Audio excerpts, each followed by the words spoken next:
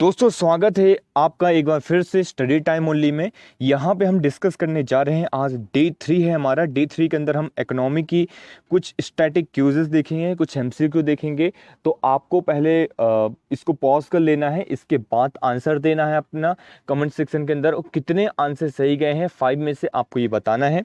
चलिए देखते हैं, यहाँ पर डिटेल में एक्सप्लेनेशन में देखेंगे। तो इकोनॉमी से रिलेटेड एमसीक्यू किस तरीके से यूपीएससी प्रीलिम्स में पूछे जा सकते हैं, ना सिर्फ यूपीएससी में और वेरियस अदर एग्जामिनेशन के अंदर किस तरीके से क्वेश्चन पूछे जाते हैं रिगार्डिंग इकोनॉमी, वो चीज़ हम यहाँ पे डिस्कस करेंगे। तो चलिए स्टार्ट करते हैं अपने लेक्चर को आगे बढ़ाते हुए।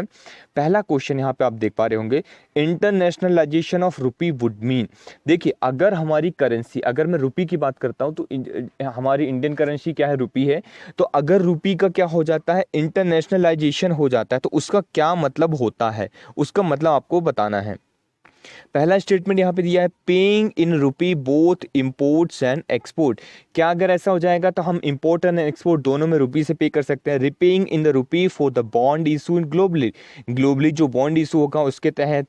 थर्ड स्टेटमेंट क्या है, accumulating Indian rupee as a reserve currency all over the world by the central bank. क्या जिस तरीके से अभी हम एक तरीके से डॉलर को रिजर्व कर रखते हैं, तो उस तरीके से रुपये का भी रिजर्व होना स्टार्ट हो जाएगा सेंट्रल बैंक के द्वारा। ये हमें बताना है। इनमें से कौन सा स्टेटमेंट करेक्ट है। ऑप्शन आपके पास यहाँ पे ये रहे, आप ये ऑप्शन देखिए, नीचे कमेंट सेक्शन में आंसर दीजिए और हम फिर आंसर को डिस्कस करेंगे। पहला है A12, B13, C23 and D123। देखिए हमारा आंसर होगा यहाँ पे 1 2 3। सारे स्टेटमेंट हमारे यहाँ पे सही है। कैसे, अगर देखिए आप कभी इस तरीके से क्वेश्चन आया तो आप कंपेयर कर सकते हैं डॉलर से। आप समझ लीजिए डॉलर इक्वल टू इंडियन अगर हो जाता है तो इंपोर्ट्स क्या हो जाता है। आप देखते हैं बहुत सारे लोग जो है डॉलर में इंपोर्ट्स करते हैं, एक्सपोर्ट करते हैं। अगर आप वहाँ पे जाते हैं तो इंपोर्ट्स एक्सपोर्ट ये सारी चीज़ें जो हो जाएंगी एक्सेप्ट होना स्टार्ट हो जाएंगी। आप डॉलर्स में इंपोर्ट एक्सपोर्ट होना स्टार्ट हो जाएगा।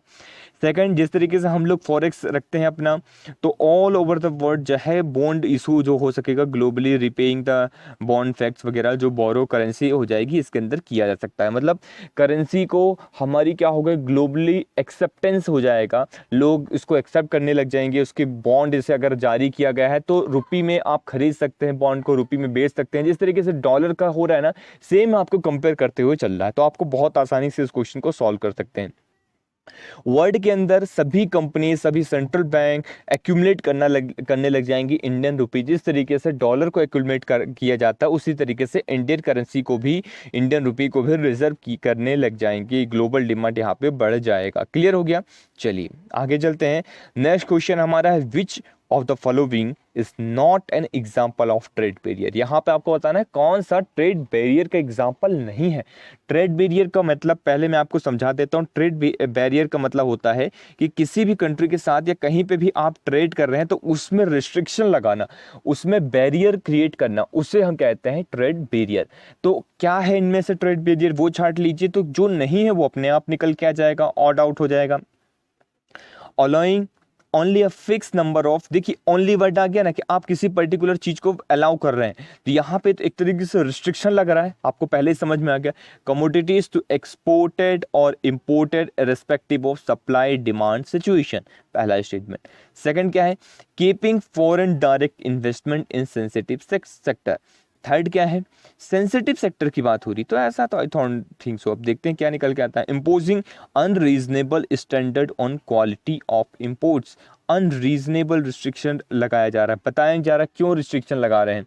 टैक्स ऑन इंपोर्ट्स, इंपोर्ट्स के ऊपर अच्छा खासा टैक्स जो है लगाया जा रहा है। तो इसमें से बताना है कौन सा नहीं है। तो आई थॉट कि यहाँ पे आपका आंसर आप लोग दे चुके होंगे। अब मैं आपको आंसर बताता हूँ। यहाँ पे होगा बी हमारा, that is capping foreign direct investment. FDI उस एरिया में अलाउ ना करना जहाँ पे सेंसिटिव सेक्टर से, सपोज जैसे कि अगर आपका मैं डिफेंस बोलूँ या कुछ इस तरीके से सेंसिटिव सेक्टर जहाँ पे आप चाहते कि ना हो इन्वेस्टमेंट, तो वहाँ पे आप इन्वेस्टमेंट नहीं करने देंगे। तो ये नहीं होता। बाकी सारे ट्रेड बीडी का काम करते हैं। यहाँ पे आप रीड कर सकते हैं एक बार। तो यही सारी चीजें हैं, तो ये गवर्नमेंट के द्वारा उठाई जाती है, तो इसको आप एक बार रीड कर लीजिएगा। इसकी पीडीएफ चाहिए या पीपीटी चाहिए तो टेलीग्राम ग्रुप को ज्वाइन कर लीजिए। स्टडी टाइम ओनली के नाम से हमारा टेलीग्राम ग्रुप है, तो जरूर से जरूर उसको ज्वाइन कीजिए। और जो भी करंट अफेयर्स के सेक्शन आ रहे हैं, द हिंदू एनालिसिस आ रहा है, पीआईबी समरी का एनालिसिस आ रहा है, तो उसको जरूर से देखना है आपको। और साथ में जो डेली करंट अफेयर्स का हम एक सेशन लेके आते हैं थ्रू एमसीक्यू, उसे बिल्कुल आपको देखना है, उसको तो बिल्कुल कंटिन्यूसली फॉलो करते हुए चलिए, तो बहुत इंपॉर्टेंट होगा आपके एग्जाम के लिए, हेल्पफुल होगा काफ़ी। थर्ड क्वेश्चन देखते हैं आप यहाँ पे देखिए, अ नेगेटिव ट्रेड बैलेंस। यहाँ बात की जा रही है नेगेटिव ट्रेड बैलेंस क्या होता है, with a large current account deficient. Negative trade balance है मतलब जो ट्रेड का बैलेंस है वो नेगेटिव है। ट्रेड बैलेंस नेगेटिव कब होता है मैं आपको समझा देता हूँ यहीं पे। पहले चाहे तो आप एक बार क्वेश्चन को रीड कर लीजिए, देख लीजिए, फिर मैं आपको समझाता हूँ कि negative trade balance account deficient with a current large current account deficit can have which of the following consequences for India? High inflation in the economy, depreciation of the foreign currency, pulling out of FII from the economy। तो इसमें से statement आप लोग एक बार देख लीजिए, pause करके answer दे सकते हैं। अब मैं आपको क्वेश्चन को एक्सप्लेन करता हूं। देखिए यहां पे नेगेटिव ट्रेड बैलेंस का मतलब क्या, आपको एक एक वर्ड्स का मतलब पता होना चाहिए। ऐसा नहीं कि हमने सिर्फ उठाया एमसीक्यू और डिस्कस कर लिया, रट लिया, देख लिया, तो उससे कोई फर्क नहीं पड़ने वाला। आपको वहां पे जब तक एक एक चीज को डिकोड नहीं करेंगे, तो आप यहां पे एक एमसीक्यू नहीं सॉल्व कर रहे, एक एमसीक्यू से एक कॉन्सेप्ट आप तैयार कर रहे हैं। ये हमारा मोटिव होना चाहिए कि एक एमसीक्यू अगर हम सॉल्व कर रहे हैं तो उससे हमारा एक कॉन्सेप्ट तैयार हो रहा है। नेगेटिव ट्रेड बैलेंस का मतलब ये है कि आप क्या कर रहे हैं, इंपोर्ट्स बहुत कर रहे हैं। सपोज ये कंट्री इंडिया हो गई, तो इंडिया के अंदर इंपोर्ट, सपोज मैं चाइना का एग्जांपल लेता हूं, चाइना से इंडिया क्या करता है, इंपोर्ट्स बहुत ज्यादा करता है और एक्सपोर्ट बहुत कम करता है। तो जब इस तरह की सिचुएशन आती है तो हम उसे नेगेटिव ट्रेड बैलेंस कहते हैं। और यहाँ पे लार्ज करंट अकाउंट डिफिशिट तैयार हो जाता है, करंट अकाउंट डिफिशिट। तो आपको ये चीज क्लियर हो गई। तो यहाँ पे क्या चीज इसके अगर हो जाता है तो क्या होगा, हाई इन्फ्लेशन होगा क्या इकोनॉमी के अंदर, डिप्रिसिएशन ऑफ डोमेस्टिक करेंसी होगी क्या, pulling out of FII from the economy होगा। यस, तो आंसर इज C 1 2 3, तीनों आंसर हमारे करेक्ट हैं, तीनों ऑप्शन हमारे यहाँ पे करेक्ट है, ये आपको याद रखना है। High CAD results to currency depreciation, जब भी करंट अकाउंट डिफिशिट बढ़ जाता है, करंट अकाउंट डिफिशिट मतलब आपका एक तरीके से आप कह सकते हैं ट्रेड डिफिशिट, कह सकते हैं कि सिंपल चीज़ है, आप बाहर से चीज़ों को ज़्यादा ले रहे हैं, इंडिया के अंदर बहुत ज़्यादा कंज्यूम हो रहे हैं, लेकिन बाहर आप एक्सपोर्ट नहीं कर पा रहे, तो आप क्या इकोनॉमी आपकी इतनी तरीके से तेज़ी से बढ़ नहीं पा रही है। तो CAD होगा, करंट अकाउंट के अंदर डिफिशिट देखने को मिलेगा। करेंसी का डिप्रिसिएशन होगा directly, currency depreciation can directly feed to inflation. अगर करेंसी डिप्रिसिएशन होती है तो डायरेक्टली प्रोपोर्शनल है किससे, इन्फ्लेशन से, महंगाई बढ़ेगी। High CAD fuse directly into domestic economy along with the fiscal deficit देखने को मिलेगा, lead to high inflation in the economy, और इकोनॉमी के अंदर हाई इन्फ्लेशन रेट देखने को मिलेगा। तो ये आपको यहाँ पे याद रखना है। क्लियर हो गया।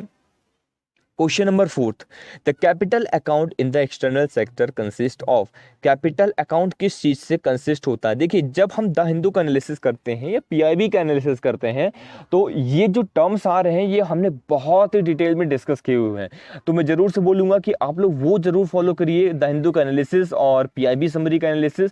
अगर आप ये एक दो चीज फॉलो करते हैं और ये कंटिन्यूसली इस लेक्चर को भी फॉलो करते रहते हैं, तो आपको बहुत एक अच्छा वाइड नॉलेज देखने को मिलेगा।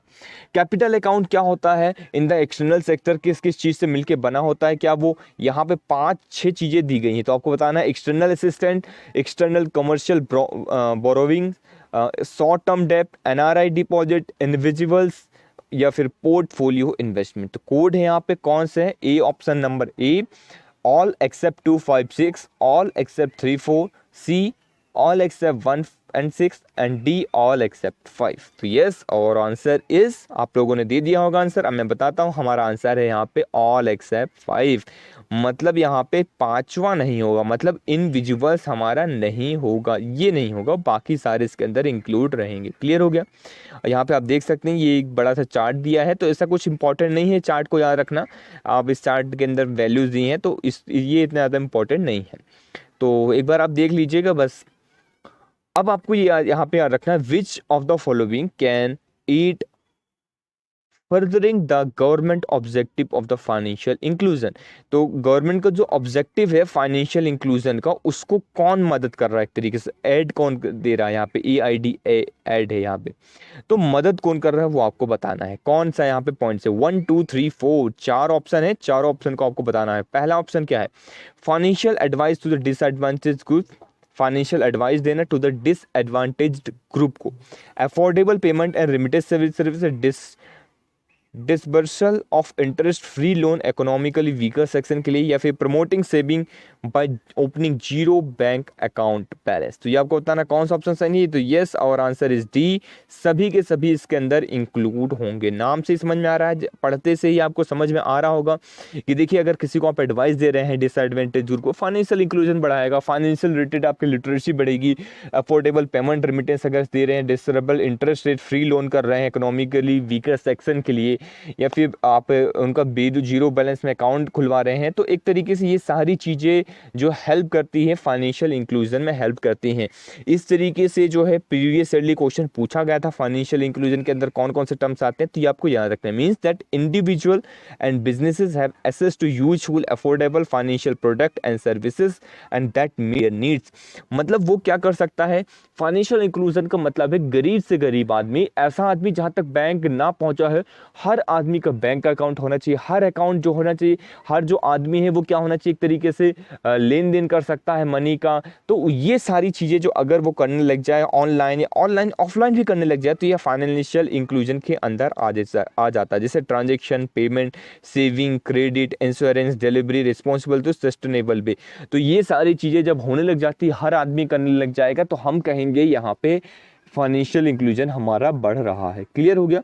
हमने यहाँ पे 5 क्वेश्चन डिस्कस किए डिटेल में। कैसा रहा लेक्चर आज आपको कमेंट सेक्शन के अंदर जरूर से जरूर बताना है, और लेक्चर को शेयर करते रहना है। सबसे इंपॉर्टेंट बात ये हो जाती है कि आप लोग लेक्चर को शेयर थोड़ा सा कम कर रहे हैं, तो इस लेक्चर को भी शेयर करिए जिस तरीके से आप द हिंदू एनालिसिस को शेयर करते हैं।